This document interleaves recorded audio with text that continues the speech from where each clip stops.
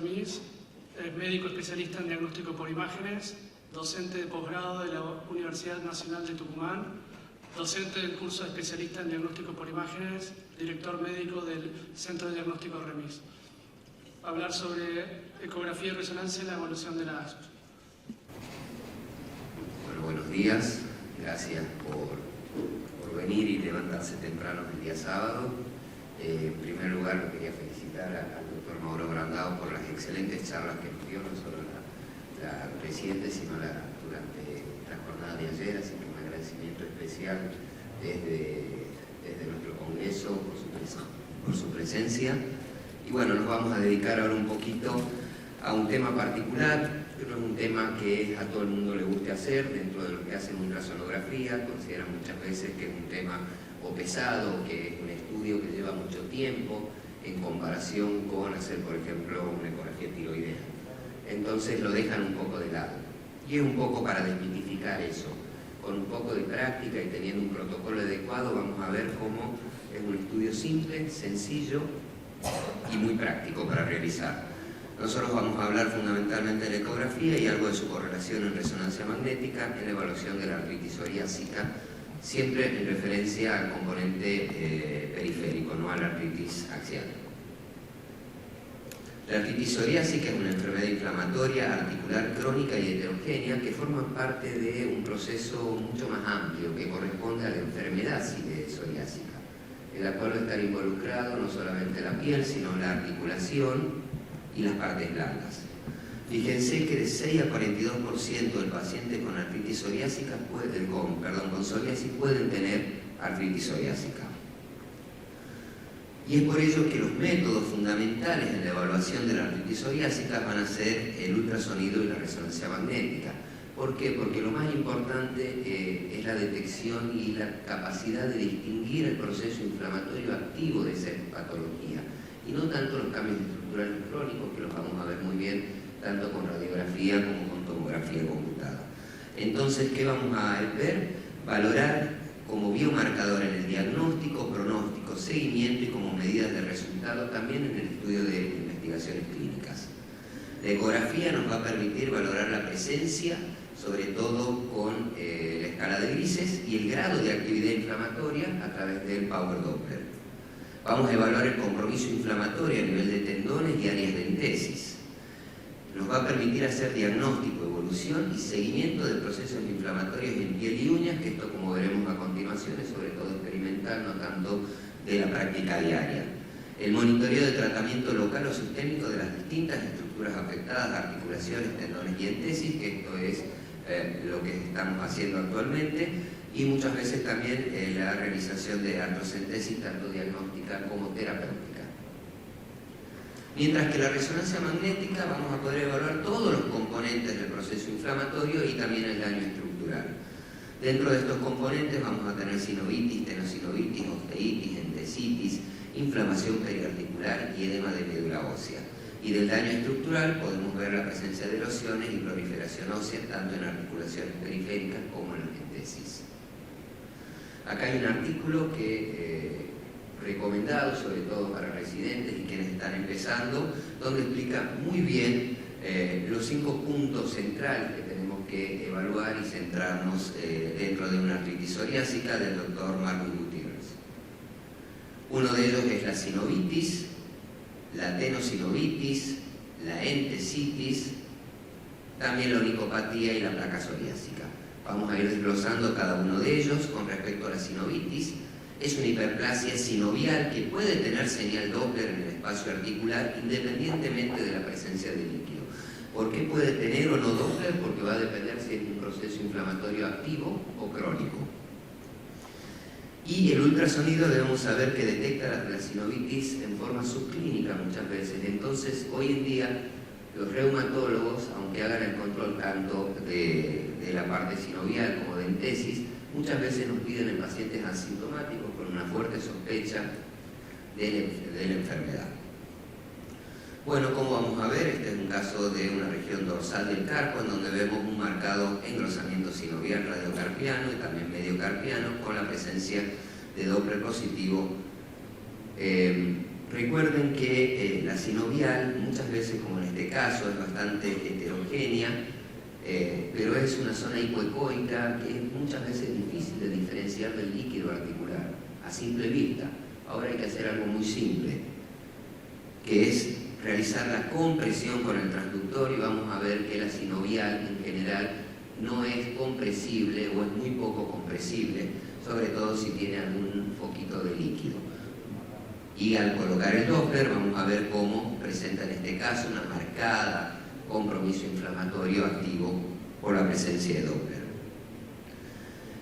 Se hizo una clasificación para graduar la sinovitis, que si bien se evaluó y se realizó para la artritis reumatoide, se aplica hoy en día en los protocolos para la artritis psoriásica, en donde fue en una primera etapa la valoración en escala de grises y posteriormente con Doppler color, en donde vemos cómo a nivel de la región dorsal de la articulación, en lo que corresponde al espacio graso, vamos a ver cómo está normal. Acá ya vemos una pequeña concavidad o prominencia superior de ese espacio articular dado por el engrosamiento sinovial. En un grado 2 es superior, y recuerden que en general siempre se va hacia proximal de la articulación, no hacia distal. Y en un grado 3, bueno, vemos un marcado compromiso realmente por fuera ya de la articulación. Con respecto al Doppler, lo mismo, no hay señal Doppler, hay pequeños spots Doppler que pueden ser 2, 3, 4 o algunos pequeños puntitos de spot que son confluentes también. Eso es un signo más característico que ver aislados puntitos, sino que ver 2 o 3 puntitos que van a confluir. El grado 2 de vascularización Doppler se da porque debe ser menor al 50% del compromiso sinovial completo, mientras que en el grado 3 hay más del 50% de vascularización Doppler del engrosamiento sinovial. Pero esta clasificación, que es la tradicional y la que se usaba, yo la estoy cambiando, y en relación a mis colegas derivantes también estamos haciendo un cambio, porque hay una combinación de estas dos clasificaciones realizada por la doctora D'Agostino, y en donde creo que es la de mayor utilidad, porque en realidad ver un panus articular clínicamente no hace falta hacer un estudio, pero sí hace falta hacer un estudio para ver el grado de inflamación que tiene y poder cuantificar ese grado de inflamación, que es lo que nos va a permitir posteriormente tratar de determinar si hay una respuesta adecuada o no a los tratamientos que puede estar realizando el paciente. Entonces, en esta clasificación combinada, fíjense donde realmente el valor lo da sobre todo la vascularización Doppler, en donde vemos, por ejemplo, en este grado 3, fíjense que puede ser con una sinovitis grado 3, con una sinovitis grado 2 o con un engrosamiento sinovial grado 1, pero en donde siempre es mayor del 50% el componente inflamatorio, y ya le da la característica de un grado 3, o sea, de un grado severo de cambios inflamatorios. Algunos ejemplos, fíjense, ya con esta clasificación combinada, en donde vemos un panus articular muy grande, pero sin presencia de vascularización. Por lo tanto, es un grado 0 en relación al componente inflamatorio, repito. Tenemos en un grado 1, fíjense, si bien es un grado 2 de engrosamiento sinovial, tenemos un grado 1 de vascularización con 2 pequeños spots confluentes. En el grado 2, en esta interfalángica proximal, fíjense cómo, bueno, coincide acá con un engrosamiento sinovial grado 2 y una vascularización Power Doppler también grado 3, y en este otro caso, grado 2, y en este otro caso un grado 3, donde tenemos el engrosamiento sinovial grado 2, pero una vascularización mayor al 50%. Entonces, el concepto primordial nos está dando de esta clasificación, que es simple y sencilla, fundamentalmente la evaluación del componente inflamatorio atribuible al Power Doppler. La sinovitis también la vemos en resonancia magnética muy bien, aunque con menor sensibilidad, en mi criterio personal y mi experiencia, que la ecografía. ¿Por qué? Porque tenemos una mayor resolución espacial ecográfica, en donde vamos a ver en este caso una sinovitis proliferativa radiocarpiana, donde vemos esta hiperintensidad, pero fíjense cómo hay pequeñas áreas con señal diferente. Lo mismo en esta sinovitis radiocarpiana, mediocarpiana, o en esta otra sinovitis exudativa a nivel trapecio metacarpiana, metacarpofalángica o interfalángica, sobre todo asociado Fíjense cómo esta sinovial fue progresando y ya comprometiendo a la estructura ósea. Y en resonancia vemos muy bien lo que corresponde al edema óseo asociado al proceso sinovial, cosa que la ecografía no nos permite ver. En este caso tenemos una sinovitis metacarpofalángica importante, pero fíjense cómo ya hay una progresión de este cuadro inflamatorio que llegó al hueso y que produjo la presencia de edema. Con respecto a las bursitis, estas acompañan muchas veces a los procesos inflamatorios y son frecuentes de observarlas, no solamente en la artritis psoriásica, sino también en la artritis reumatoide o asociada también a traumatismos o infecciones.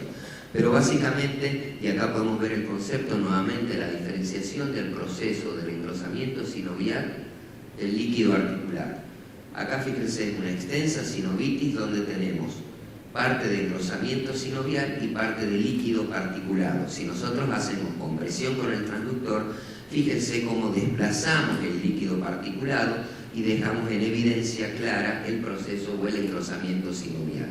Siempre un dato muy importante, al tenerlo al paciente y poder hacer el estudio, hay que tratar de hacer algunas maniobras dinámicas, en este caso, sobre todo de compresión, y cuando vemos en la parte tendinosa, maniobras dinámicas de flexo-extensión, por ejemplo.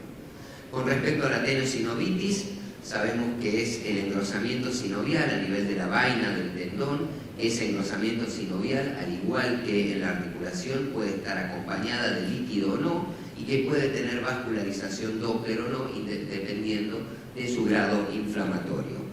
En este caso, en un cubital posterior izquierdo, y siempre la posibilidad, y sobre todo cuando no hay una gran experiencia, de tener el lado contralateral para poder compararlo en el supuesto caso que sea normal.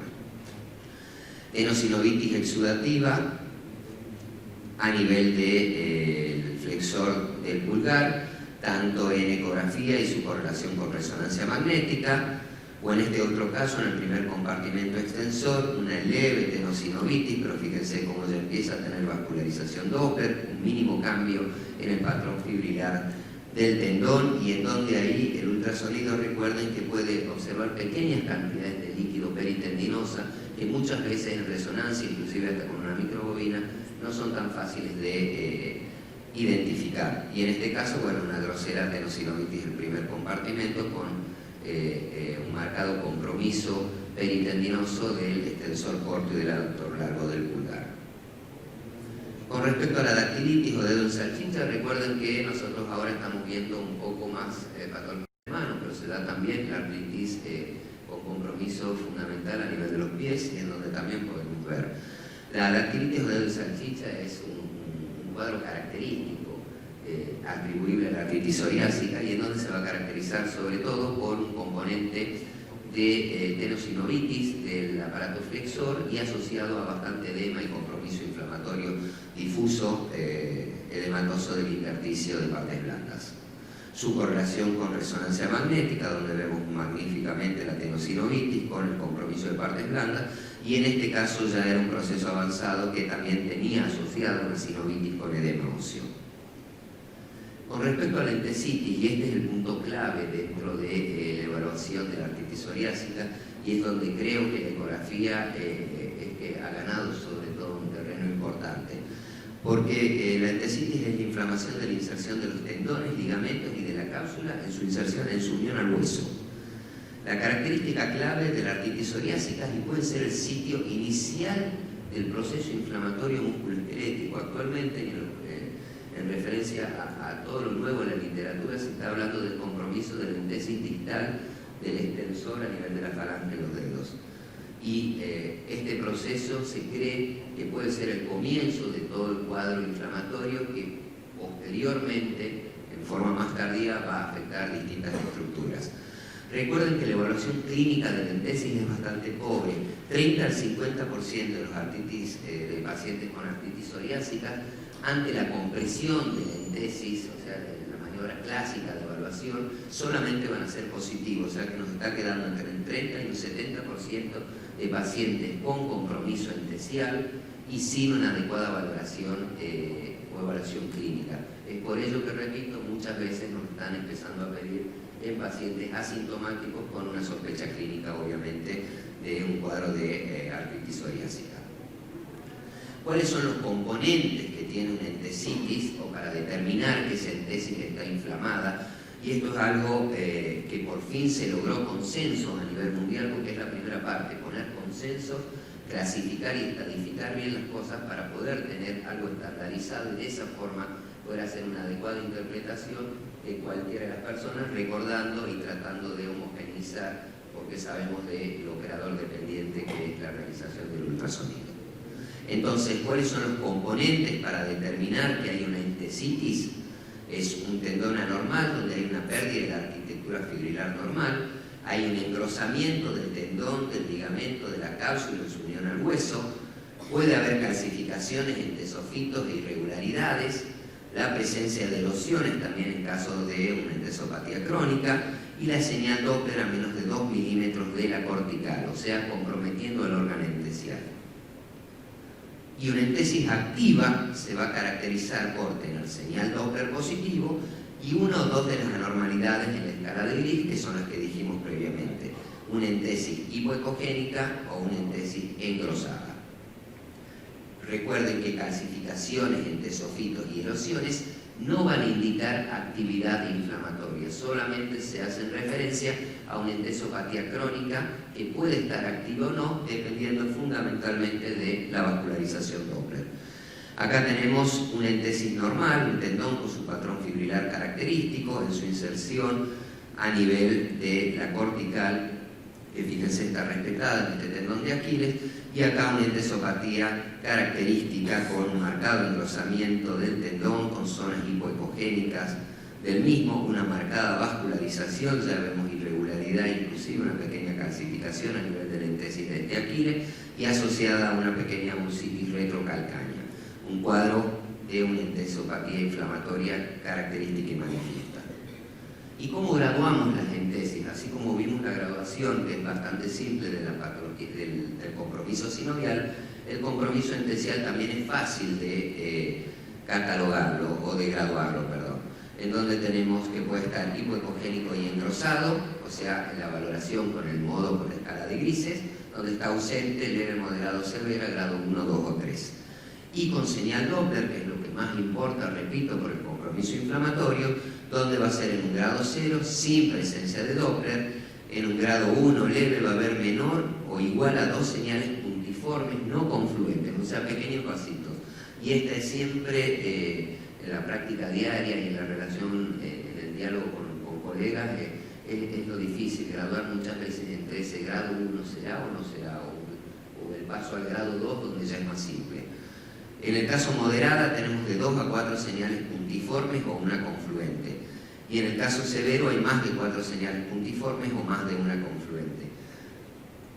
Debemos recordar que para la evaluación del tendón y sobre todo con la vascularización Doppler nunca debe estar en extensión el tendón, si no lo debemos tener, si no debe estar relajado.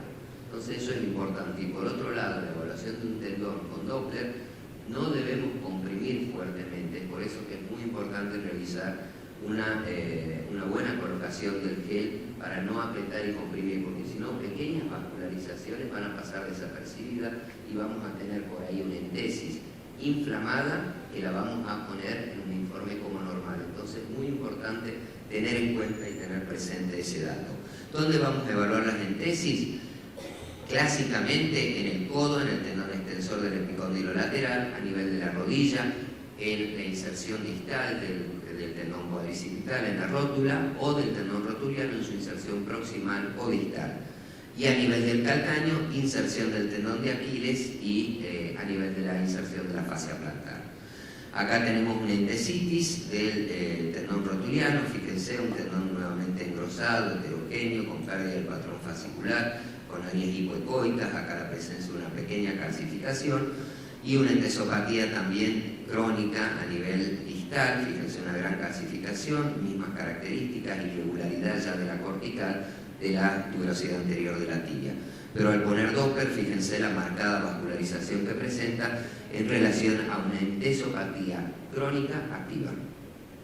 Con resonancia vemos muy bien también, y sobre todo cuando son procesos inflamatorios importantes, cuando son muy sutiles cuesta realmente una buena diferenciación y también una graduación adecuada de ese compromiso endesial. Acá vemos característicamente al tendón engrosado, con cambios, con este aumento en la señal del mismo, compromiso peritendinoso, fíjense una pérdida en la definición de la cortical inferior del polo rotuliano y asociado a edema.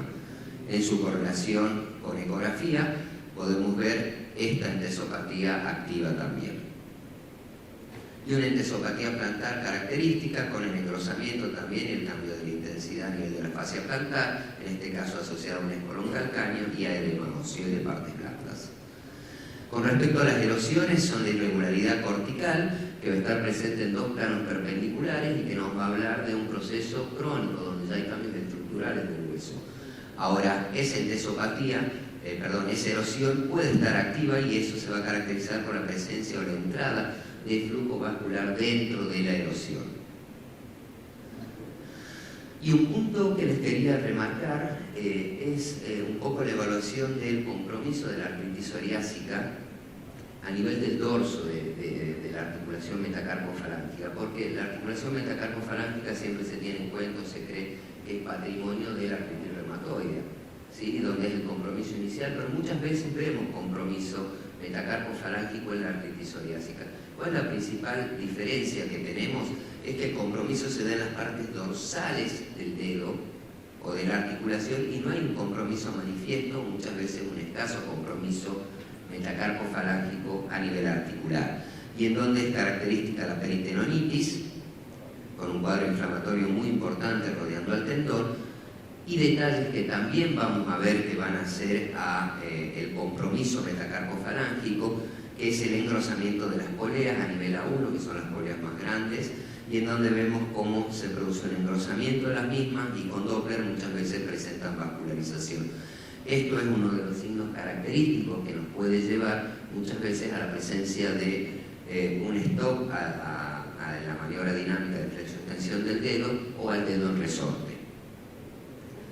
Y el compromiso a nivel de la interfalángica distal, que es patrimonio y característico de la artritis psoriásica, donde vemos una entesis totalmente normal y acá una entesis alterada, ya con compromiso óseo, líquido, engrosamiento sinovial, aumento de la vascularización. Y por otro lado, habíamos dicho que en general el proceso inflamatorio entesial distal comienza a nivel del extensor, de la inserción distal del extensor. Y esto es importante porque se cree que este proceso que comienza acá, posteriormente se va a extender y se va a asociar a un cuadro inicial de una onicopatía psoriásica. Hay artículos, y no me voy a meter en esto, que es fundamentalmente también cómo cuantificamos y evaluamos en ecografía, tratar de hacerlo por resonancia magnética. Y en donde hay diferentes protocolos que van a evaluar las manos y el antepié, o que van a evaluar la cadera y rodilla, ¿sí? En donde tratan de puntuar tanto la sinovitis, erosiones, edema óseo, tenosinovitis, inflamaciones periarticular y proliferación ósea, en el caso de manos y pies, y en el caso de cadera, lesión de médula ósea con edema y sinovitis. Y con estas puntuaciones tratar también de tener una correlación y posteriormente una adecuada evaluación de tratamientos, post-tratamiento, perdón. Y algo que no me voy a meter, que es la resonancia de cuerpo entero, en donde seguramente el doctor Gabriel Aguilar, en la charla a continuación, nos va a hablar un poquito de ello. Para terminar ya, fíjense cantidad de trabajos que están actualizados en la evaluación de la patología de la uña y de la piel. Para la evaluación de la uña, fíjense que tenemos dos componentes fundamentales, la placa unguial y el lecho unguial. La placa unguial se caracteriza por tener una estructura trilaminar, una zona superficial hiperecogénica, una zona central hipoecogénica y una zona profunda hiperecogénica nuevamente, mientras que el lecho unguial es hipoecogénico y homogéneo. Acá quería hacer un parate y mostrarles cómo son con transductores de alta frecuencia, pero muchas veces pasa que en el consultorio o en la práctica diaria no tenemos esos transductores, y tenemos transductores convencionales, 13, 14 MHz, que son de un poquito alta frecuencia, pero no tan manifiestos, o como sobre todo la utilizan y la estudian en forma general. Y fíjense que con 14 o 13 MHz también tenemos una estructura bastante clara del proceso de la trilaminaridad y la homogeneidad del lecho unguial. Para eso muchas veces, y esto ya lo vengo aprendiendo hace rato y lo pongo en práctica a diario, es muchas veces utilizar, y no solamente para la evaluación de la placa mundial, sino para cualquier compromiso, sobre todo a nivel de dedos, ponerlos en un tupper con agua, en una cubeta con agua, y de esa forma poner el transductor. No tengan miedo, que están preparados los transductores para estar en contacto con agua. De esta forma no hacemos presión, no nos enchastramos con el gel, porque muchas veces para ver esto ponemos una cantidad enorme de gel y termina siendo todo un enchastre el estudio. Así que una recomendación para utilizarlo para cualquier patología distal a nivel de dedo. Y la placa mundial normal, fíjense que tiene pequeños spots. Esto está del artículo del Dr. Marwin. Fíjense cómo es el engrosamiento marcado que presenta en la onicopatía psoriásica. Perdemos esa trilaminaridad y a su vez el lecho unguial también está engrosado, heterogéneo, y tras la colocación de Doppler presenta marcada vascularización. Esto, vuelvo a repetir, como lo dije anteriormente, se da sobre todo en procesos, en estudios de investigación y no tanto en la práctica clínica por el momento. Y lo que corresponde a la piel sana, recordemos, tenemos la epidermis hiperecogénica y lineal, finita, la dermis también ecogénica, y por debajo el tejido subcutáneo hipocogénico con pequeños trazos ecogénicos que van a corresponder a fibras de colágeno. Cuando vemos una placa psoriásica se va a caracterizar por el engrosamiento de la epidermis marcado, también engrosamiento y muchas veces heterogeneidad de la dermis con vascularización positiva en el paso de una placa activa. Y fíjense que una característica manifiesta es que se hace una zona transicional hipoecogénica entre la epidermis y la dermis a nivel de la placa psoriásica. Fíjense que en la piel normal no tenemos esa transición. Y hay veces, esta es una diapositiva también del Dr. Marwin, donde hay tal grado de marcado engrosamiento del epidermis por las placas que realmente dan unas sombras sónicas manifiestas y dificultan la valoración, y acá también la valoración con Doppler se vuelve realmente engorrosa. Para concluir, la ecografía nos va a proporcionar una evaluación generalizada y completa de los cambios morfoestructurales y la actividad de la artritis psoriásica en diferentes lugares, como vimos, articulaciones, tendones, entesis y también en piel y uña. Esa es la principal ventaja que tiene hoy por hoy respecto a la resonancia. No es que la resonancia no es buena para la evaluación, es muy buena. El tema es que la ecografía es más accesible, es más simple, nos puede evaluar muchos puntos de entesis en forma fácil, mientras que en la resonancia en general tenemos que focalizarnos con bobina en cada uno de los sectores, y a excepción de lo que se está empezando a hacer y lo que probablemente posteriormente sea mucho más difundido y que llegue a muchas más gente, que ya va a ser la resonancia de cuerpo entero en la evaluación general del proceso entésico. Pero hoy en día todavía me parece que la ecografía es superior en esta evaluación respecto a la resonancia. Y el futuro de la ecografía, que ya es casi un presente y del cual no tengo ninguna duda, es el control terapéutico. Yo estoy hace ya 4 años en un protocolo a nivel mundial donde se hace la evaluación por Power Doppler para medir respuesta al tratamiento con un agente biológico en pacientes con artritis psoriásica, y en donde estamos encontrando resultados muy buenos, sobre todo teniendo en cuenta y habiendo logrado los consensos y la unificación tanto entre las sociedades europeas como americanas para la evaluación y graduación de la artritis psoriásica. Así que con este concepto finalizo la charla y les agradezco.